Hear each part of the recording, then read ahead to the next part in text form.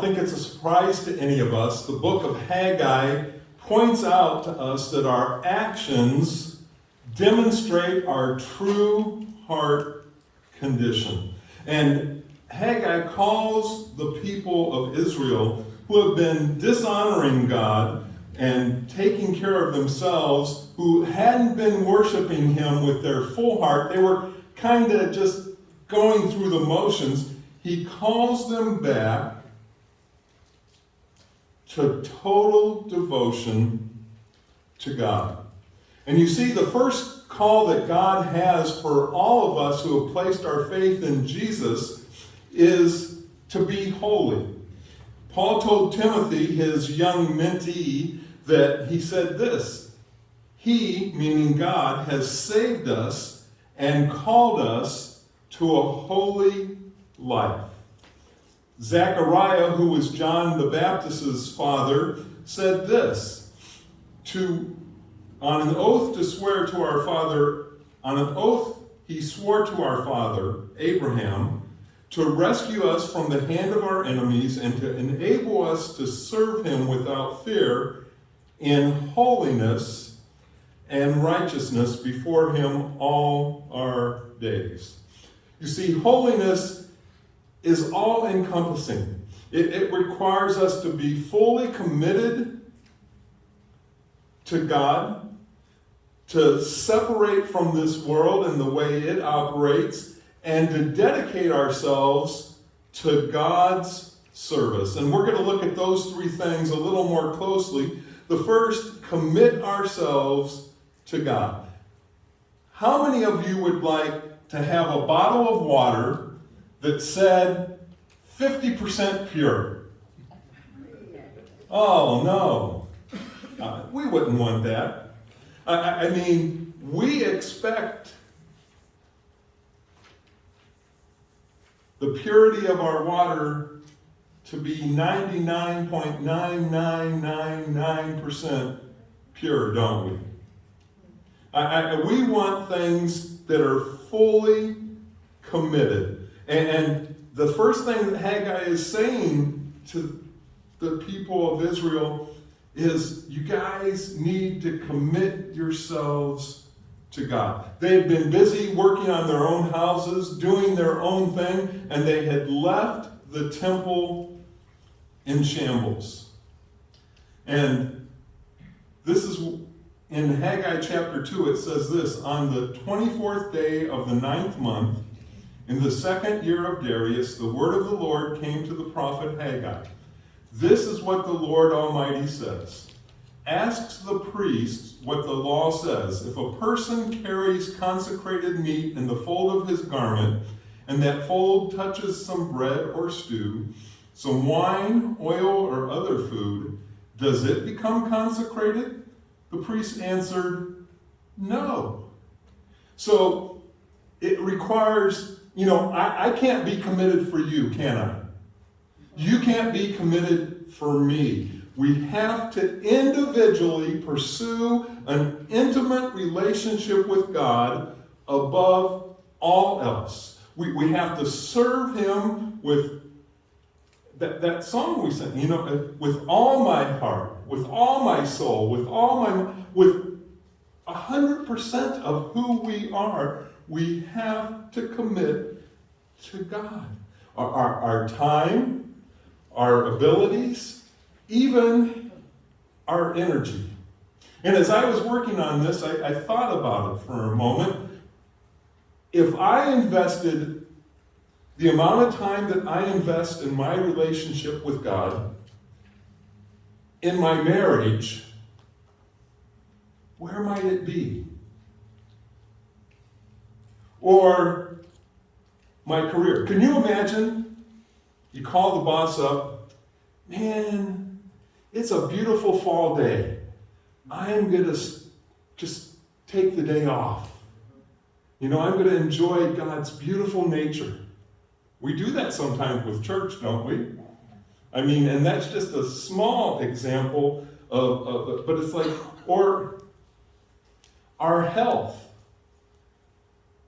What if we treated it the way we sometimes treat our relationship with God, or our recreation. What would it look like? And so the question we have to ask ourselves, and I think we have to ask ourselves over and over, it's not a one and done thing, but how's my commitment level to God? Am I committed to Him? The second thing that Haggai says is that we need to separate from the world. It goes on and says, verse 13, because, hey, if something holy touches something, it doesn't consecrate it. But on the other hand, verse 13 says, then Haggai said, if a person defiled by contact with a dead body touches one of these things, does it become defiled? Yes, the priest replied, it becomes defiled. Then Haggai said, so it is with this people and this nation in my sight, declares the Lord, whatever they do and whatever they offer is defiled. When I was a youth pastor, when we would take long trips, we had these, I was just too old-fashioned, too strict. I remember one trip in particular, we were going to Florida with 60 kids, right, Pam? And one of the rules was the buses had VCRs, nothing other than PG or less movies. Well, and some of the parents, it was like, well, but this R-rated movie is really, really good. And it's like, no, it's not. And I haven't even seen it. Are there some trailers that you've seen on TV and it's like, why would anybody want to go to that movie? It's like, no. But he's saying that just because we come to church, that doesn't make us holy.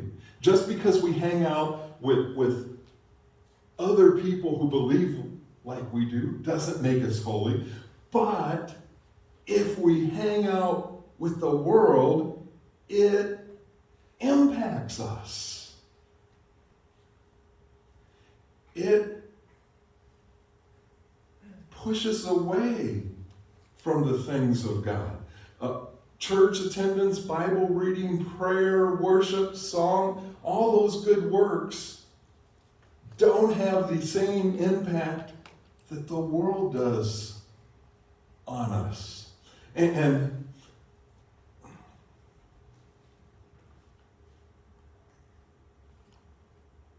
we have to be eager learners.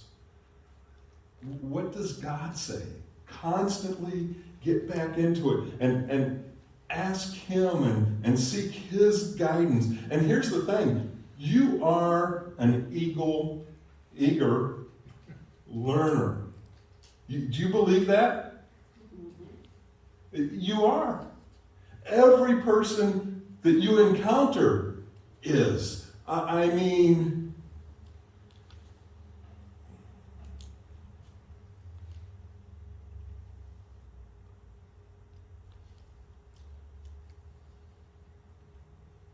what's that lady's name?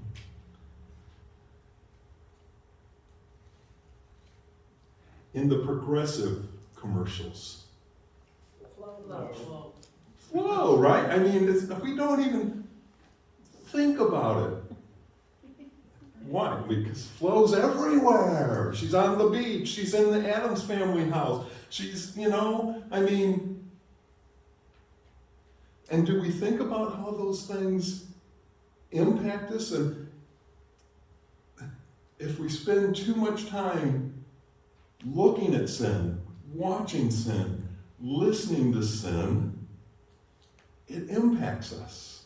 I remember in college, a whole bunch of my friends who were pastor students as well, they were going to the movies. Now, movies weren't so, I think I was 18 before I ever went to a movie theater. Might have been 19.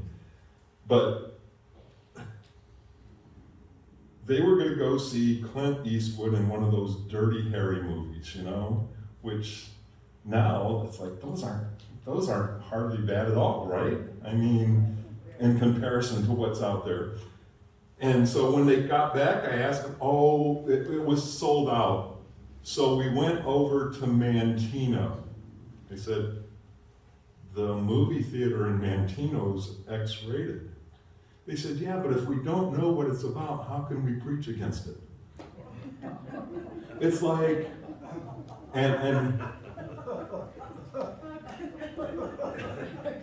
but don't we sometimes do that?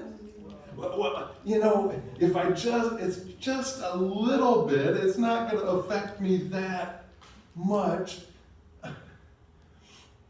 But he's saying, hey, you have to separate from the world because we soak things in. Even at our ages, we are still learning, right? And are we learning the right things? I read this quote, you become what you look at, watch, or listen to. And the song we sang this morning, speak, Lord, your servant is listening. Are we listening to the things of God to the same degree as we are the things of the world? And it's not just listening, but we need to be obedient. We need to be obedient learners. Sorry, teachers, there's a lot of things I learned in school that if I were to take a test today, I'd flunk. Right? Anybody else in agreement with that? It's like, I have no idea. Well, we taught you that in third grade. Well, I'm sorry. It's like,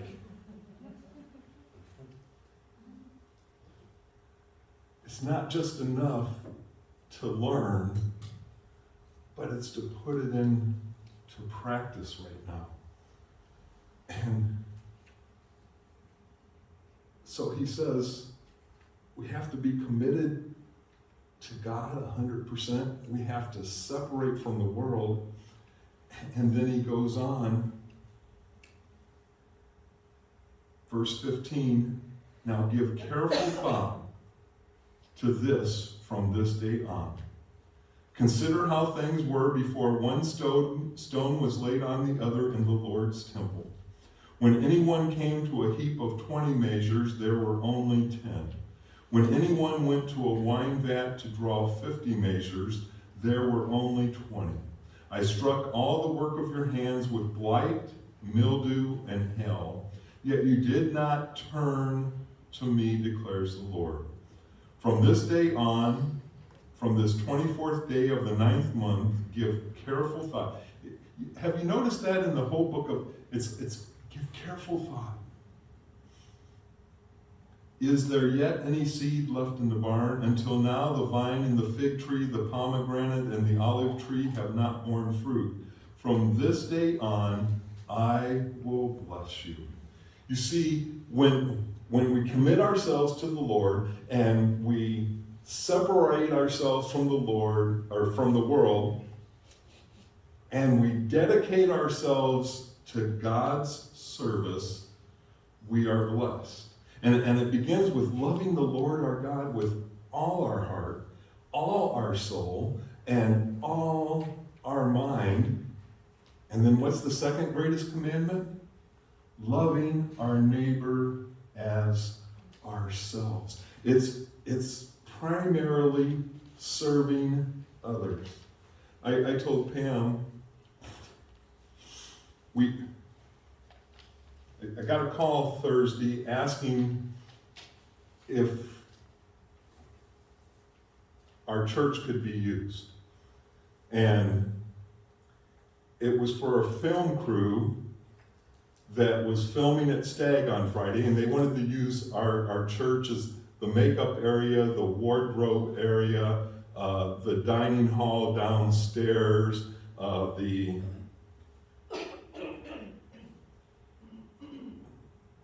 staging area where actors would come up, and there was nobody famous, just that guy Tom Selleck and Jennifer Garner. If they would have been here, I would have called everybody, and said, "Hey, you need to get over here. You can't believe who's coming to our church." Crazy. They had lunch at 3:00 Friday afternoon, but I was telling Pam, I said, there were 68 people here. Between the cameramen, the stagehands, the actors, the actresses, the stunt guys. The stunt people were really cool. It was like, but I said, you know what? I'm sitting in the office, and at least 60 of them stopped in and said, thank you. It's like, what? Here's these people, and that a lot of them aren't following Jesus, and yet they were grateful. It was pouring rain all day Friday, and they'd come in soaking wet and all that, and it was just nice to be in a dry, warm place. But it's like, I wish we had that attitude more often. Sometimes we just take everything that God has blessed us with for granted, and we're to dedicate ourselves to His service, to serving others. How about you hug someone this week, someone that you love, and let them know how much you love them. I can't tell you the number of times that people have told me at funerals, I wish I would have, and we've all been there. And it's like, or volunteer. Volunteer at a school. Schools don't need any help. Offer to help where it's needed, to practice hospitality. I've been so proud of you guys going up and visiting with Anne Marie, and she's doing well. Surgery went well. Her broken leg, where ankle, radius. Oh, that's the arm. See, but both bones in the lower leg were broken, so they had to do surgery. But she feels loved and cared for. And that's what we should be doing, practicing hospitality and caring for one another. And Haggai called his people to renew the vision of what it means to follow God, to fully commit to God, to separate from the world, to live differently, and to dedicate ourselves to God's service, which is loving others. It's easy for us to get disconnected, isn't it? To get disconnected from what we've been called to do and to be. But if, like the people of Haggai's day, if we're humble enough to listen and to follow his lead, and to give careful thought, God will bless. All that we do and all that we're motivated to do comes from our hearts. Are we willing to give careful thought and allow God to speak to us? Let's pray. Father, I thank you. I thank you that you correct us. Sometimes you rebuke us and really call us on the carpet. And I'm especially thankful that you do all of that because of your tremendous love for us. May we today renew our commitment to following you, to being a peculiar people, different than those around us, and to serving others as we have been served by your Son, Jesus Christ.